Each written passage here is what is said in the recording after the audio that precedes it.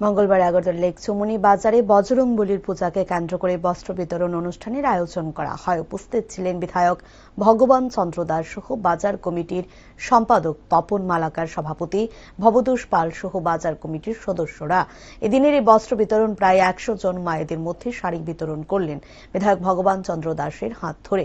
পরবর্তী সময়ে সাংবাদিকদের মুখোমুখি হয়ে বিধায়ক ভগবান চন্দ্র দাস বলেন, ব্যবসায়ীরা শুধুমাত্র নিজেদের ব্যবসার কাজে নিয়োজিত না থেকে আমাদের কৃষ্টি সংস্কৃতিকে ধরে রাখা সহ বিশ্বের মঙ্গলের পাশাপাশি রাজ্যের মঙ্গল কামনায় বজরং বল পূজা করে আসছেন তারা।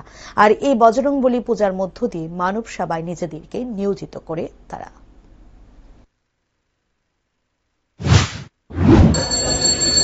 আজকে আগরতলা লেক চুমুনি বাজারের সকল ব্যবসায়ী যারা প্রতি বছরের ন্যায় এই বছরও হনুমান পূজায় হয়।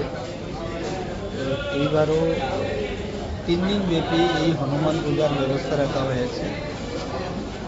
সত্যি আমি খুব আনন্দিত যে এই লেক চৌমুনি বাজারের যারা ব্যবসায়ীবৃন্দ রয়েছেন, আমার সঙ্গে বাজারের প্রেসিডেন্ট রয়েছেন ভবতোষ পাল মহোদয়, অন্যান্য ব্যবসায়ীরা রয়েছেন এখানে, সকল ব্যবসায়ীবৃন্দের উপস্থিতিতে বজরংবলীর পূজা এখানে অনুষ্ঠিত হচ্ছে।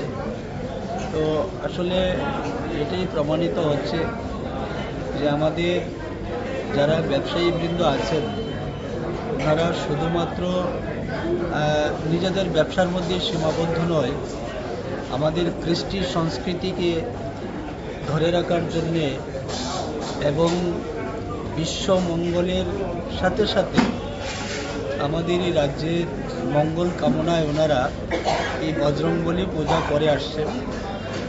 আর এই আজকের এই পূজার মধ্য দিয়ে ওনারা যে মানব সেবার একটা পরিকল্পনা হাতে নিয়েছেন। আপনারা দেখতে পাচ্ছেন এখানে অনেক মায়েরা, বোনেরা বা অনেক লোক এখানে উপস্থিত আছেন, যাদের মধ্যে শীত বস্ত্র ওনাদেরকে উপহার দেবেন।